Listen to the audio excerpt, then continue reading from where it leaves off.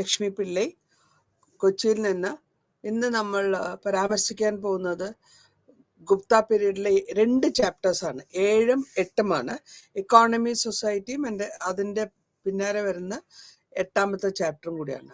ഇതിൽ നമ്മൾ എന്താ വെച്ചാൽ, ആദ്യമായിട്ട് പറയാൻ വയ്ക്കുന്നത്, നമ്മൾ പല വിധത്തിലും കണ്ടിട്ടുണ്ട്. ലാൻഡ് ഗ്രാൻഡായിട്ട് കൊടുക്കുക, അതേമാതിരി ഒരുപാട് ലാൻഡ് കൊടുക്കുക, അതിൻ്റെ ശേഷം അതിൻ്റെ പിന്നാലെ വ്യാപാരം നടക്കുക, ബിസിനസ് നടക്കുക, കോമേഴ്സ് നടക്കുക. അഗ്രേറിയൻ എന്ന് പറഞ്ഞു കഴിഞ്ഞാൽ റിലേറ്റഡ് ടു അഗ്രികൾച്ചർ എന്ന് അർത്ഥം.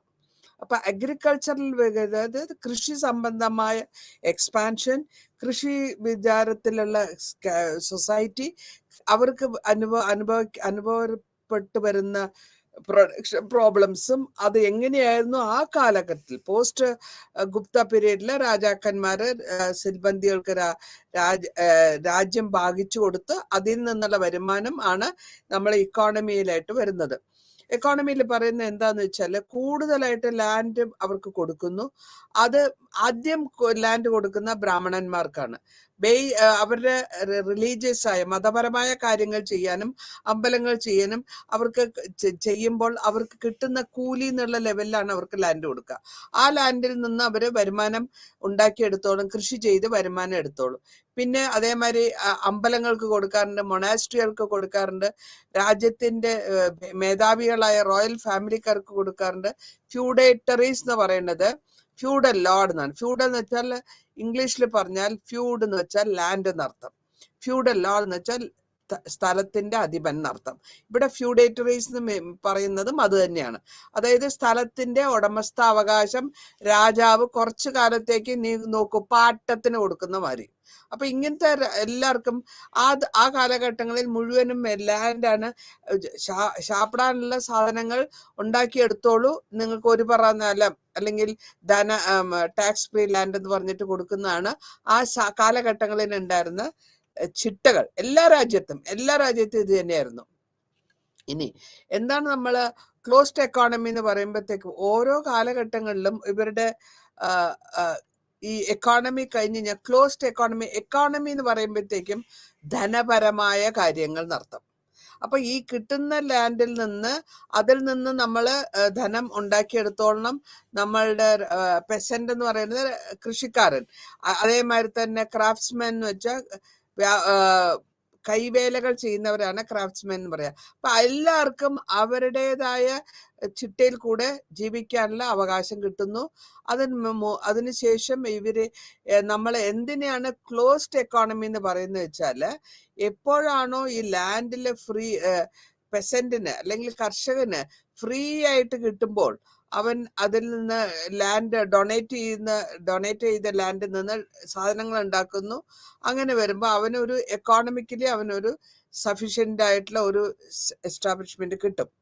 കൂടാണ്ട് കൃഷിക്കാര്, കർഷകര്, മർച്ചന്റ്സ് ഇവരെല്ലാരും അവരുടേതായ സെറ്റപ്പ് ഉണ്ടാക്കുകയും അവരുടെ കാര്യങ്ങൾ അവർ ചെയ്യുമ്പോൾ എക്കോണമിക്കലി ഒരു സാധാരണമായിട്ട് ഒരു നാച്ചുറൽ ആയിട്ടുള്ള ഒരു റിസൾട്ട് നമ്മൾക്ക് കാണാൻ പറ്റുന്നു. ഇനി എന്തുകൊണ്ടാണ് വ്യാപാരം കുറഞ്ഞു പോയത് ആ കാലഘട്ടത്തിൽ? പോസ്റ്റ് ഗുപ്തൻ പീരീഡാണ് നമ്മൾ പരാമർശിക്കുന്നത്. ആ സമയത്ത് റോമ രാജ്യത്തിൽ നിന്ന് കോയിൻസ് വന്നിരുന്നു. ബിസിനസ് ചെയ്യുമ്പോൾ അന്നത്തെ റോമ രാജാക്കന്മാര് കോയിൻസ്, നാണയങ്ങൾ ഉപയോഗിച്ചിരുന്നു. അത് നിന്നുപോയി. Number 1 reason. രണ്ടാമത്തത് അറബ്സിന്റെ പേർഷ്യയിൽ വന്നിരുന്ന ട്രേഡും അത്ര വലുതായിട്ടൊന്നും ഇവിടെ നടന്നിരുന്നില്ല, അറബ്സിന്റെ ട്രേഡ്. രണ്ടാമത്തെ റീസൺ. മൂന്നാമത്തെ റീസൺ എന്താന്ന് വെച്ചാല് സിൽക്കും സ്പൈസും അവര് ഇവിടെ നിന്ന് കൊണ്ടുപോയിരുന്ന സിൽക്കും സ്പൈസും ബസന്റൈൻ ട്രേഡില് ഉപയോഗിച്ചിരുന്നു. പിന്നെ അത് അവര് സ്വയം ഉണ്ടാക്കാൻ തുടങ്ങിയപ്പോഴും വ്യാപാരം താഴാൻ തുടങ്ങി. പിന്നെ സെൻട്രൽ ഏഷ്യയിലും വെസ്റ്റേൺ ഏഷ്യയിലും ഭയങ്കരമായിട്ട് ഹൺസ് എന്നുള്ള ഒരു അറ്റാക്ക് ഉണ്ടായിരുന്നു. ഹൺസിന്റെ ഒരു അറ്റാക്കോട് കൂടി ആ ബിസിനസ് ഞങ്ങൾ കംപ്ലീറ്റ് ആയിട്ട് തീർന്നു പോവുകയാണ് ചെയ്യുന്നത്.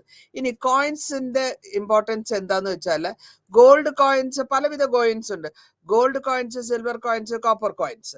ഇതിൽ ആ കാലഘട്ടത്തിൽ, ഗുപ്തന്റെ കാലഘട്ടത്തിൽ ഗോൾഡ് കോയിൻസ് ഉണ്ടായിരുന്നു, സർക്കുലേഷനിൽ കൂടുതൽ ഉണ്ടായിരുന്നു. അത് മാത്രമല്ല സിൽവറും കോപ്പറും ഇൻട്രൊഡ്യൂസ് ചെയ്തു. പിന്നെ അവസാന കാലത്ത് ഗുപ്തന്മാരുടെ ലാസ്റ്റ് ഗോൾഡിന്റെ അകത്തുള്ള ഗോൾഡ് കോയിനിലുള്ള ഗോൾഡ് കണ്ടന്റ് കുറവായിരുന്നു. ഗോൾഡിന്റെ തകിട്. അപ്പൊ അങ്ങനെ ഈ അത് കുറവായി കഴിഞ്ഞപ്പോ പിന്നെ അതിന്റെ ഉപയോഗം കുറഞ്ഞു തുടങ്ങി. അതിന് പകരമായിട്ട് സിൽവറും കോപ്പറും സർക്കുലേഷൻ കുറഞ്ഞു തുടങ്ങി. പിന്നെ ലേറ്റർ ആയിട്ട് പറയുമ്പോൾ നമുക്ക് പറയാം സിൽവറിന്റെയും കോപ്പറിന്റെയും കോയിൻ വന്നു തുടങ്ങിയപ്പോഴത്തേക്കും ഗോൾഡ് കോയിൻസ് പതുക്കെ നിർത്താനുള്ള ശ്രമമാണ് ഉണ്ടാകുന്നത്. അപ്പൊ ഇതിന് എന്താ വെച്ചാല് ഈ ഗോൾഡ് കോയിന് നമ്മൾ പറയും രാജാവിന്റെ അധികാര ചിഹ്നമാണ്. അപ്പൊ അങ്ങനെ ഒരു ചിഹ്നം വരുമ്പോ ഒരു രാജാവിനും അത് പെട്ടെന്ന് അങ്ങോട്ട് നിർത്തണമെന്ന് ഇഷ്ടപ്പെടില്ല. കാരണം അത് അവരുടെ പേരിലാണ്. എലിസബത്ത് രാജ്ഞിയുടെ ഒക്കെ പേരിലാണ്. പിക്ചറും ഉണ്ടാവും, പേരും ഉണ്ടാവും ബാക്കിൽ. അപ്പൊ ഇനി ഇതൊന്നും അത്ര ഇഷ്ടമുള്ള കാര്യമല്ല. പിന്നെ വ്യാപാരം ബിസിനസ് തീർന്ന് വരുമ്പോൾ അല്ലെങ്കിൽ കുറഞ്ഞു വരുമ്പോൾ അത് നമ്മുടെ ധനത്തിനെ എക്കണോമിക്കിനെ എഫക്ട് ചെയ്യും. ഏത് രാജ്യത്തിന്റെയും ധനപരമായ കാര്യങ്ങളിൽ എഫക്ട് ആവുന്നു. കുഷാൻ ടൈമിലായാലും ശരി, അതിനു മുമ്പുള്ള ശതവാഹന ടൈമിലായാലും ശരി, ഇത് 3-4 സെഞ്ചുറികളിൽ കണ്ടുകൊണ്ടിരുന്ന ഒരു സംഭവമാണ്. ഇനി ഇതിന് അടുത്ത സ്റ്റേജ് ആയിട്ട് വരുന്നത്, രണ്ടാമത്തെ സ്റ്റേജ് ആയിട്ട് വരുന്നത് അർബൻ ഡിക്കേ ആണ്. അത് 6ാമത്തെ സെഞ്ചുറിയിൽ നടക്കുന്നതാണ്. അതായത് അർബൻ എന്ന് വെച്ചാൽ സിറ്റികളായിട്ടുള്ള ടൗണും സിറ്റീസും. ഈ ടൗണും സിറ്റീസും വീഴാൻ തുടങ്ങി. എന്തുകൊണ്ട്? അവിടെ നമ്മൾ എങ്ങനെ ഇത് മനസ്സിലാക്കി?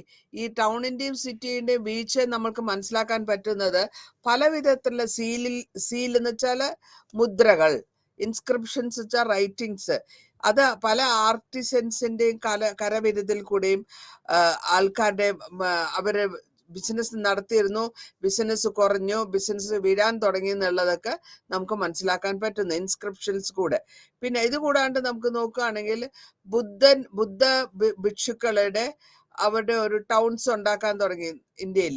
അത് എങ്ങനെയാ പറഞ്ഞാൽ ഹ്യൂൻസാങ് എന്ന റൈറ്ററുടെ അല്ലെങ്കിൽ ഹ്യൂൻസാങ് ഇന്ത്യ സന്ദർശിക്കുകയും ആ സമയത്ത് എത്ര മൊണാസ്ട്രി ഉണ്ടായിരുന്നു, എത്ര ആൾക്കാരാണ്, ഇന്നത്തെ ക്ലാസ്സിൽ ഞാൻ പറഞ്ഞതാണത്.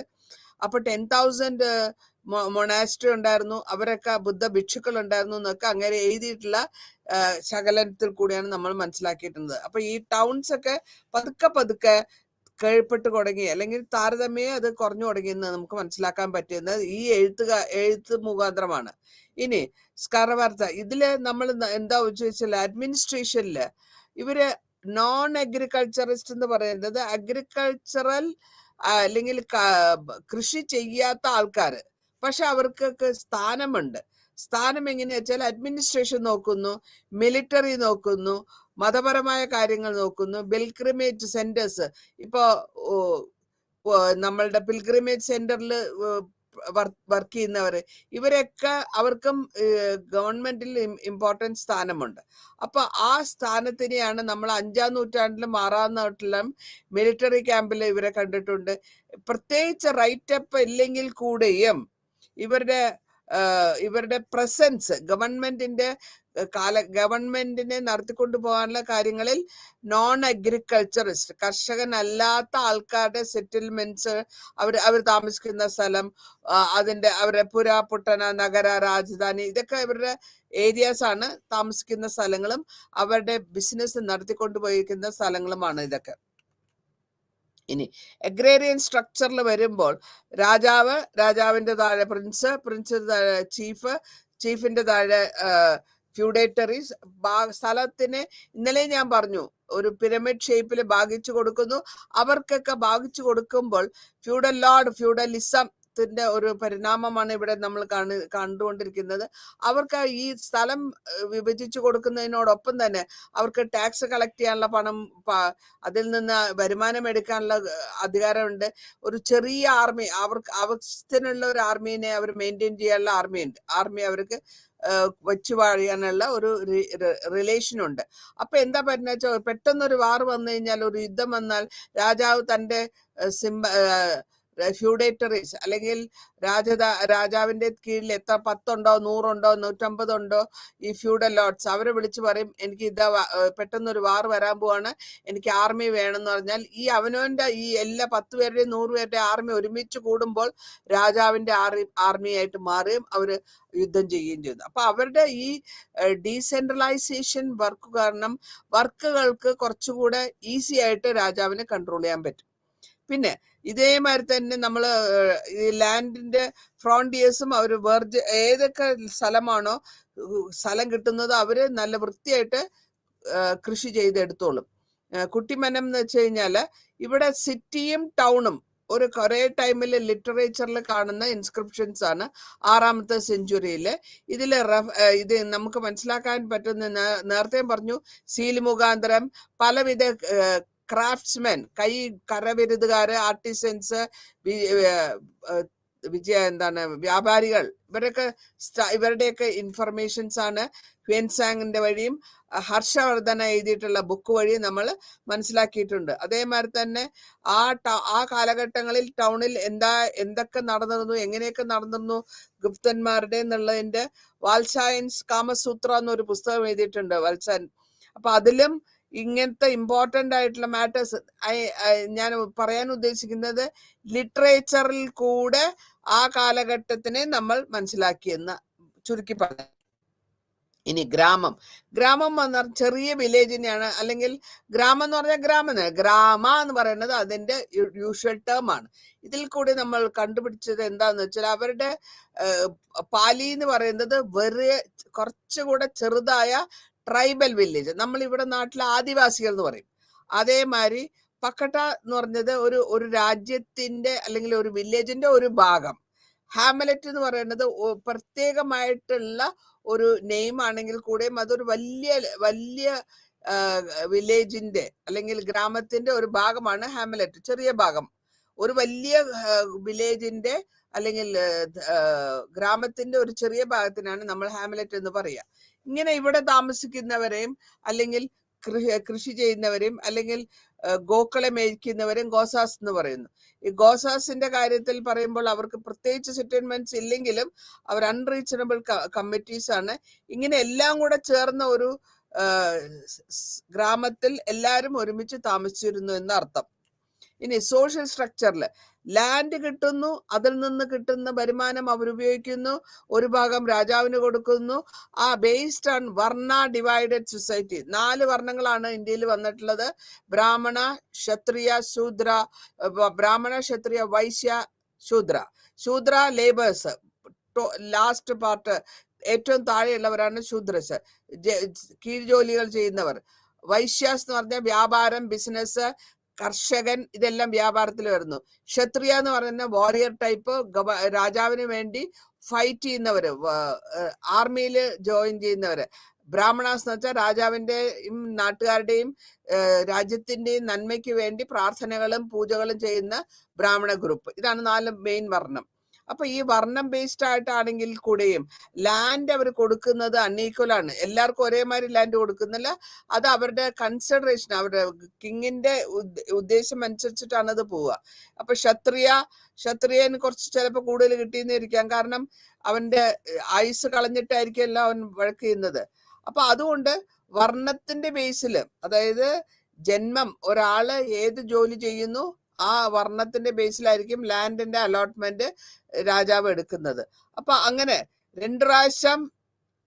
വേറെ ഒന്നുണ്ട്, ദ്വിവിജ്യ എന്ന് പറയും, അതായത് ട്വൈസ് ബോൺ.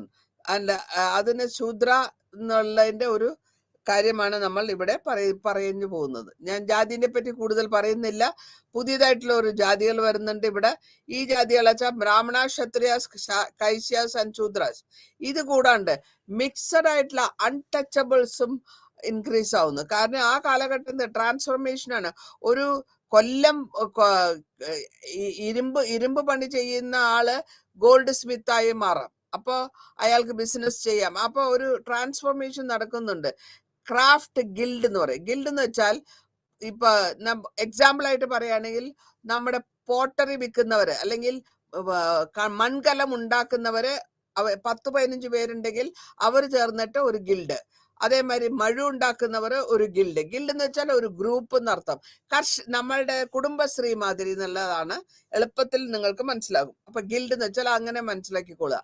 ഇനി ലോർഡും പെസന്റും. ലോർഡ് എന്ന് പറയുന്നത് വലിയ അപ്പർ കാസ്റ്റിനെയാണ് നമ്മൾ ലാൻഡ് ലോർഡ് എന്ന് പറയാ. അപ്പൊ അപ്പർ കാസ്റ്റ് എന്ന് പറയുമ്പോൾ അവരുടെ വലിയ വലിയ സ്ഥാനത്തിരിക്കുന്നവര്. ബാക്കിയുള്ളവര് ഭോഗി, ഭക്ത, ഭോഗപതി, ഇതൊക്കെ ലാൻഡഡ് ബെനിഫിഷ്യറീസിന്റെ. ഇവർക്ക് ലാൻഡ് കൊടുത്തു കഴിയുമ്പോഴത്തേക്കും അവര് ടേംസ്, രാജാവിന്റെ കയ്യിൽ നിന്ന് സ്ഥലം കിട്ടിക്കഴിയുമ്പോൾ അവർക്ക് ഒരു സ്ഥലത്തെ പ്രധാന ദിവ്യ എന്നുള്ള മാതിരിയുള്ള ഒരു പേരും കിട്ടുന്നുണ്ട്. പിന്നെ രാജാവും അതേമാതിരി ഹൈ വേർഡ്, ഭയങ്കര വലിയ വലിയ വാക്കുകൾ ഉപയോഗിച്ചിട്ടുള്ള പേരുകളും രാജാവിനും കിട്ടുന്നുണ്ട്. ഓരോ യുദ്ധം കഴിയുമ്പോൾ ഗംഗയെ കൊണ്ട ചോളൻ, അപ്പൊ ഗംഗയെ തോറ്റെടുപ്പിച്ചവൻ എന്നുള്ള അങ്ങനത്തെ വലിയ വലിയ വാക്കുകൾ പിന്നാലെ കേൾക്കാൻ പറ്റും. പിന്നെ ഇനി ഓരോ കർഷകനും പലതരത്തിലുള്ള നെയിംസ് ഉണ്ട്. കർഷക, കൃഷിവല, കിൻസ, ഇങ്ങനത്തെ പലവിധ പേരുകൾ. പക്ഷെ ബേസിക്കലി പറയുകയാണെങ്കിൽ എല്ലാരും ഒരൊറ്റ വേർഡാണ്, കർഷകനാണ്, കൃഷിക്കാരനാണ്. പിന്നെ ഈ കൃഷിക്കാരന്മാർ തന്നെ പല വിധത്തിലുണ്ട്.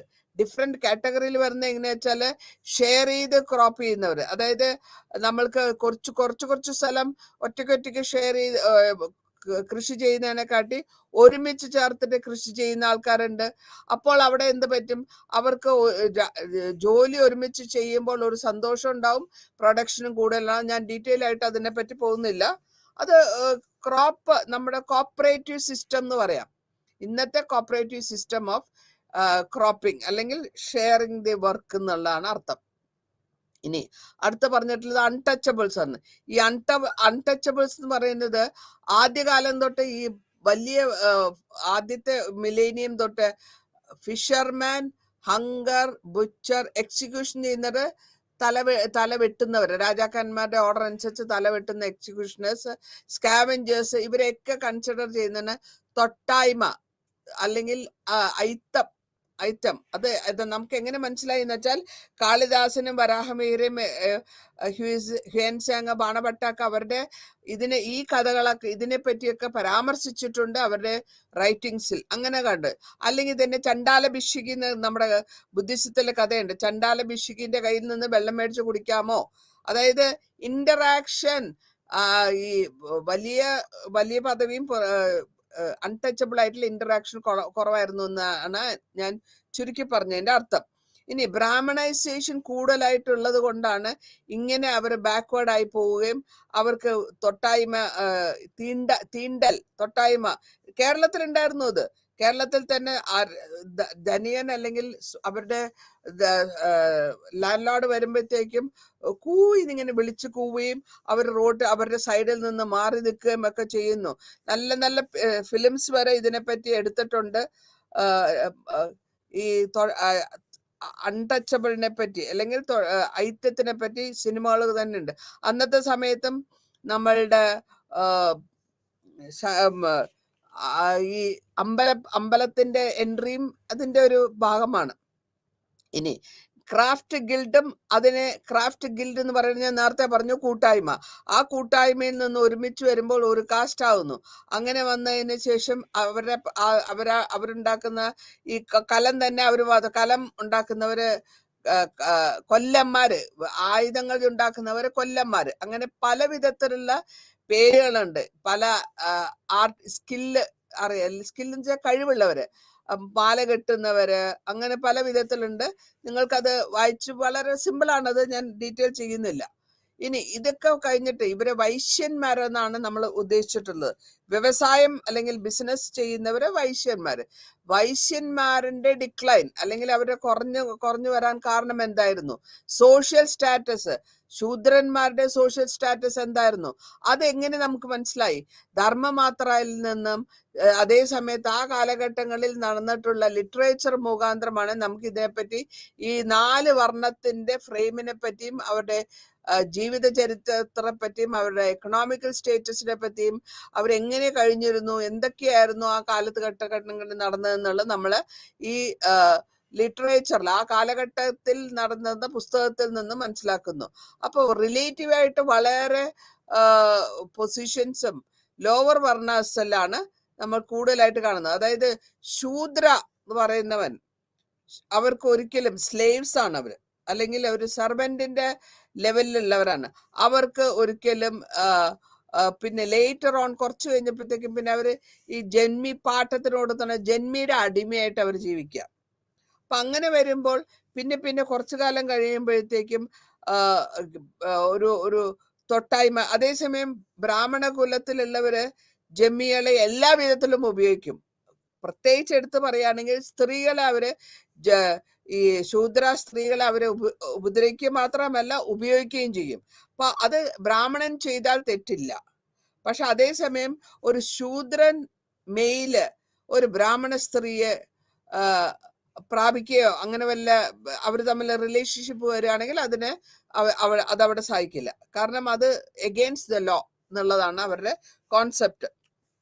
ഇനി അടുത്തതായിട്ട് വരുന്നത് സ്ത്രീകളുടെ പൊസിഷൻ എന്തായിരുന്നു ആ കാലഘട്ടത്തിൽ. ഈ കാലഘട്ടത്തിൽ സ്ത്രീകളുടെ പൊസിഷൻ അത്ര വലിയ ഇമ്പോർട്ടൻ്റ് ആയിട്ട് പറയാൻ മാത്രം ഒന്നുമില്ല. അവർക്ക് ചെറിയ കുട്ടിയായിരിക്കുമ്പോൾ തന്നെ കല്യാണം കഴിക്കും. അതിനുശേഷം അവർ വീട്ടിൽ നിൽക്കും. അതായത് 5 വയസ്സ് ബാല്യകാല വിവാഹം, 5 വയസ്സിലൊക്കെ കല്യാണം കഴിക്കുക, വീട്ടിൽ നിൽക്കുക. മെച്യൂർ ആകുമ്പോൾ മാത്രമേ അവർക്ക് ഭർത്താവിന്റെ വീട്ടിലേക്ക് പോകാൻ പറ്റുള്ളൂ. എഡ്യൂക്കേഷനുള്ള റൈറ്റ് ഇല്ല, പഠിക്കാനുള്ള റൈറ്റ് ഇല്ല. അത് മാത്രമല്ല സ്ത്രീ കൊണ്ടുവരുന്നത് ധനം, അങ്ങനെയാണ് അവര്. അപ്പൊ ആ ഒരു പ്രോപ്പർട്ടി ആയിട്ടാണ് സ്ത്രീനെ ഉപയോഗിച്ചിരുന്നത് എന്നാണ് അർത്ഥം. ഇനി നമ്മൾ ചോദിക്കുകയാണെങ്കിൽ വിഡോഹുഡും സതിയും എന്താന്ന് വെച്ച് കഴിഞ്ഞാല് അതിൻ്റെതായ പരിമാണത്തിൽ വരുന്നതാണ്. ഈ സ്ത്രീ വിഡോ ആയി കഴിഞ്ഞാൽ അവർക്ക് വേണമെങ്കിൽ മരിക്കാം, സ്ത്രീധനം എന്നുള്ള ലെവലില് ഭർത്താവിന്റെ കൂടെ സതി ചെയ്യാം. ഭർത്താവിൻ്റെ അടുത്ത് മാത്രം ഫെയ്ത്ത്ഫുൾ ആയിട്ട് ഇരിക്കുക, സതി ചെയ്യാം. അവൾ കൊണ്ടുവരുന്ന സാധനങ്ങളൊക്കെ സ്ത്രീധനം, അത് ഇപ്പോഴും നടന്നുകൊണ്ട് പോകുന്നുണ്ട്. അപ്പൊ സ്ത്രീക്കിനെ ഒരു മെയിൽ ഒരു പുരുഷ മേധാവിത്വം നടന്നിരുന്നു, അവരിൽ കൺട്രോൾ ചെയ്തിരുന്നു. അങ്ങനെയാണ് നമ്മൾ സ്ത്രീയുടെ കാര്യങ്ങളെ പറ്റി നമ്മൾ അറിഞ്ഞിട്ടുള്ളത്. ഇത് താല്പര്യമില്ലാത്ത വിഡോ ആയിട്ട് ജീവിക്കുമ്പോൾ വലിയ പ്രശ്നങ്ങളായിരിക്കും. അതുകൊണ്ടാണ് ആ കാലഘട്ടത്തിൽ ഈ കഷ്ടപ്പെട്ട് വിഡോ ആയിട്ട് ജീവിക്കുന്നതിനെക്കാട്ടി പകരം മരിക്കുക, ഭർത്താവിന്റെ ഒപ്പം ആ തീയിൽ ചാടി മരിക്കുക, സതി പ്രാക്ടീസ് ചെയ്യുമ്പോൾ കുറച്ചുകൂടെ ലൈഫ്, വിഡോഹുഡിന്റെ ലൈഫ് വളരെ വളരെ കഷ്ടമുള്ളതായിരുന്നു. മര്യാദയ്ക്ക് ആഹാരം കഴിക്കാൻ പറ്റില്ല, കളർ ഡ്രസ് ഇടാൻ പറ്റില്ല. ഇന്നിനെ മോരിന്റെ വെള്ളവും റൈസും മാത്രമാണ് കൊടുത്തിരുന്നത് ബ്രാഹ്മിൻസിന്റെ ഇടയിൽ. അപ്പൊ അത് ഭയങ്കര ക്രൂവലായിട്ടുള്ള ഒരു പ്രാക്ടീസ് ആയതുകൊണ്ടാണ്. ഇത് മാത്രമല്ല ഇൻഫന്റിസൈഡും ഉണ്ട്. ഇതിനെ പല അച്ഛനമ്മമാര് കുഞ്ഞുങ്ങൾ പെൺകുട്ടികൾ ജനിക്കുമ്പോൾ ഇൻഫന്റിസൈഡ് എന്ന് പറയുന്നത്, പെണ്ണായിട്ട് ജനിച്ചു കഴിഞ്ഞാൽ അവൾക്ക് വിഡോഹുഡ് വന്നു കഴിഞ്ഞാൽ അവളുടെ ജീവിതം മോശമായി പോകുന്നുള്ളത് കാരണം അച്ഛനമ്മമാർ ആ കുട്ടീനെ തിരിച്ച് ഭഗവാന് കൊടുക്കുന്ന ഒരു പ്രാക്ടീസ് ഉണ്ട്. അതിനാണ് ഇൻഫന്റിസൈഡ് എന്ന് പറയാ. നമ്മള് പൗർണമി ദിവസം ചന്ദ്രൻ ഉദിച്ചു നിൽക്കുമ്പോൾ ഒരു വലിയ പാത്രത്തിൽ പാൽ ഒഴിച്ചിട്ട് ആ പാലിൽ കുഞ്ഞിനെ, ന്യൂ ബോൺ ബേബിനെ ഇട്ടിട്ട് ആ കുട്ടീനെ മരിക്കാൻ അനുവദിക്കുക, തിരിച്ച് ഭഗവാനെ തിരിച്ചു കൊടുക്കുക. അതൊക്കെ ക്രൂവലായിട്ടുള്ള പ്രാക്ടീസ് ഒക്കെ ആ കാലഘട്ടങ്ങളിൽ ഉണ്ടായിരുന്നു. ഇനിയിപ്പോ നമ്മൾ അടുത്ത ചാപ്റ്ററിലേക്ക് പോകുന്നത് എന്താ വെച്ചാല് ഒരു ഇതേ കാര്യങ്ങൾ തന്നെയാണ് ഈ ചാപ്റ്ററിന്റെ സെക്കൻഡ് ചാപ്റ്ററിലും ഡീറ്റെയിൽ ആയിട്ട് പോവുക.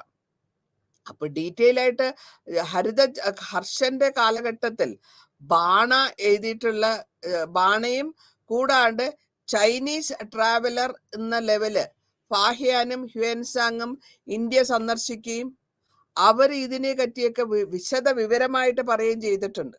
കാരണം അവർക്ക് ആ ധർമ്മശാസ്ത്ര ലിറ്ററേച്ചറാണിത്. അതിൽ കാണുന്ന വഴിയിൽ നിന്നാണ് നമ്മൾക്ക് ഈ കാര്യങ്ങൾ അറിഞ്ഞിട്ടുള്ളത്.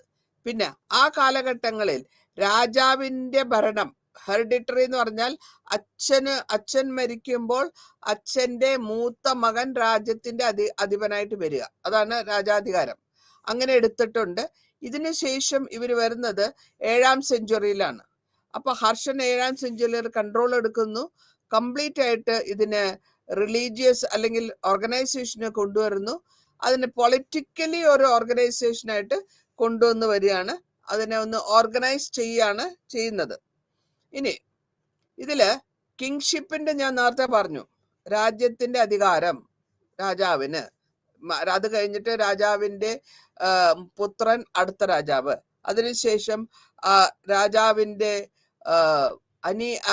പിൻഗാമികൾ ആ രാജ്യഭാരം തുടർന്നുകൊണ്ടു പോകും. അവരുടെ രാജ്യത്തിനെ വലുതാക്കുകയോ അല്ലെങ്കിൽ വാർ മുഖാന്തരമോ ഇന്നലെ പറഞ്ഞ മാതിരി അതിനെ എക്സ്പാൻഷൻ ചെയ്ത് കൊണ്ടുപോകുന്നതൊക്കെ അവരുടെ ഇഷ്ടം, അല്ലെങ്കിൽ അവരുടേതായിട്ടുള്ള ഒരു ഇതിലേക്ക് പോവുക, അവരുടെ അഡ്മിനിസ്ട്രേറ്റീവ് സിസ്റ്റത്തിൽ കൂടെ കൊണ്ടുപോകുക എന്നുള്ളതാണ് നമ്മൾ പറഞ്ഞു വന്നിരുന്നത്. ഇതില് ട്രൈബൽ ചീഫ്റ്റൻസ് എന്ന് പറഞ്ഞാണ്. ട്രൈബൽ ചീഫ്റ്റൻ എന്ന് പറഞ്ഞാൽ നമുക്ക് പറയാൻ പറ്റുന്നത് എന്താന്ന് വെച്ചാല്, ഒരു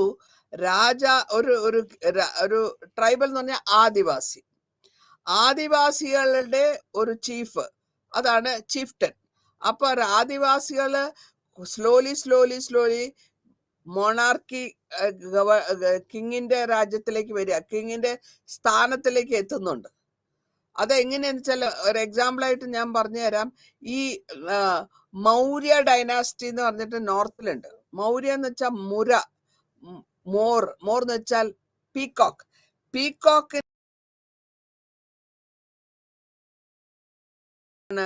മൗര്യൻ, അല്ലെങ്കിൽ ആ മൗര്യ എന്ന് പറഞ്ഞ ചന്ദ്രഗുപ്ത മൗര്യ. അതിന് ഈ ഗ്രൂപ്പിന്റെ ട്രൈബലാണ് ഞാൻ എടുത്തു പറയുന്നത്. ഈ ട്രൈബ് ലേറ്റർ ഓൺ, അല്ലെങ്കിൽ കുറച്ച് കാലശേഷം അവര് എങ്ങനെയാണോ ഒരു വലിയ പവർഫുൾ ആയ മൊണാർക്കിക്കൽ സിസ്റ്റം അല്ലെങ്കിൽ കിങ്ഷിപ്പിലേക്ക് എത്തിയത് എന്നുള്ളതാണ് ഞാൻ ഈ പറഞ്ഞതിന്റെ അർത്ഥം. പിന്നെ ഓരോ പ്രാവശ്യവും അവര് ഓരോ വാർ കഴിയുമ്പോഴും വലിയ പേരുകൾ ഞാൻ നേരത്തെ പറഞ്ഞു, പരമഹംസവാര, രാജാതിരാജ, ഇങ്ങനെ പല വിധത്തിലുള്ള പേരുകൾ അവരുടെ കഴിവനുസരിച്ച്, അവരുടെ ജയവിജയം അനുസരിച്ച് കോൺകർ ചെയ്യുമ്പോൾ ഒക്കെ അവരുടെ പേരിന്റെ കൂടെ അങ്ങനെ ചന്ദ്രഗുപ്ത മൗര്യ, ഇങ്ങനെ നേരത്തെ പറഞ്ഞ മാതിരി കോവലൻ, ഇന്നത്തെ കേസിലുണ്ട്. ഇങ്ങനത്തെ പേരുകൾ രാജാക്കന്മാർക്കും ഓരോ സമയാസമയം ഏത് വിക്ടറി എടുക്കാണ്. ഇപ്പൊ ഒരു രാജാവ് തന്റെ കിങ്ഷിപ്പ് വലുതാക്കാൻ വേണ്ടിയിട്ട് യാഗം നടത്തും. ഈ യാഗത്തിന്റെ കൂടെ തന്നെ അശ്വമേധയാഗം, അശ്വത്തിനെ പറഞ്ഞയക്കും. അശ്വം എന്ന് വെച്ചാൽ കുതിരേനെ പറഞ്ഞയക്കുമ്പോൾ കുതിരയുടെ നെറ്റിയിൽ ഇവിടെ പർട്ടിക്കുലർ ആയിട്ടുള്ള രാജാവിന്റെ ഒരു ഇതുണ്ടാവും, എന്താ വെച്ചാല് ഒരു കൊടി ഉണ്ടാവും. അപ്പൊ ഏത് രാജ്യത്ത് കൂടെ പോകുന്നോ അവിടെ ഉള്ളവർ ഇതിനെ പിടിച്ചു കെട്ടിയാൽ അതിന്റെ അർത്ഥം I am ready for fight, രാജാവിന്റെ അടുത്ത് ഞാൻ ഫൈറ്റ് ചെയ്യാൻ തയ്യാറാണ്.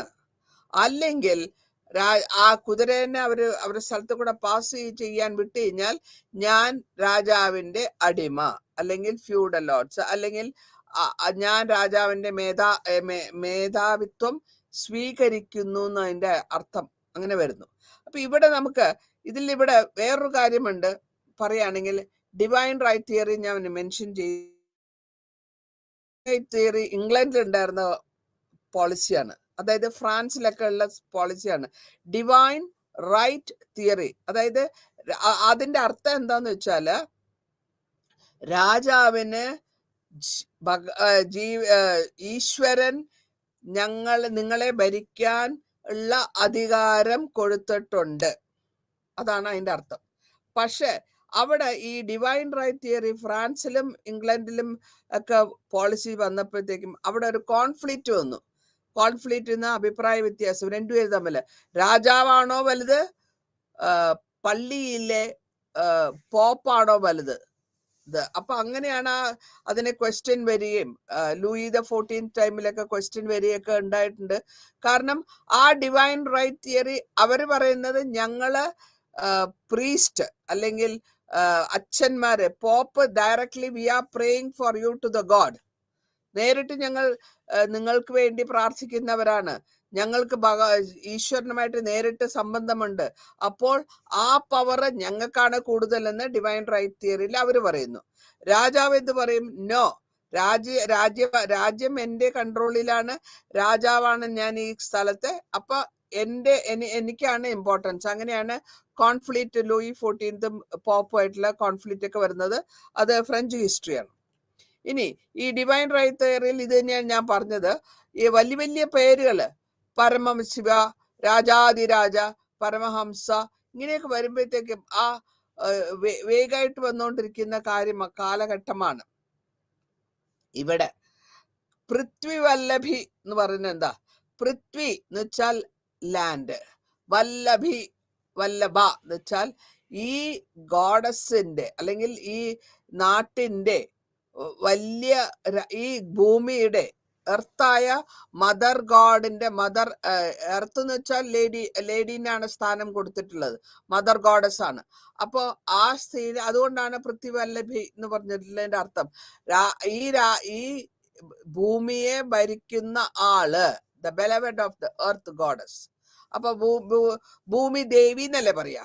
അങ്ങനെ ആ വലിയ വലിയ വാക്കുകൾ ഉപയോഗിച്ചിരുന്നു എന്ന് നമുക്ക് ലിറ്ററേച്ചർ മുഖാന്തരം മനസ്സിലാക്കാൻ പറ്റുന്നു.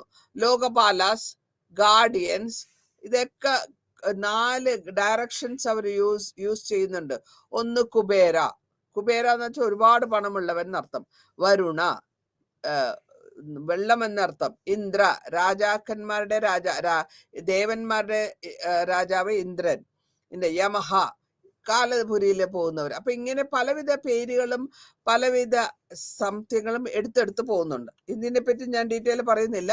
അടുത്തതായിട്ട് പോകാം. പൊളിറ്റിക്കൽ ഓർഗനൈസേഷനിൽ വരുമ്പോൾ പൊളിറ്റിക്കലി ഇവിടെ നമ്മൾ മന്ത്രി പരിഷത്ത് എന്ന് പറയും, കൗൺസിലാണ്.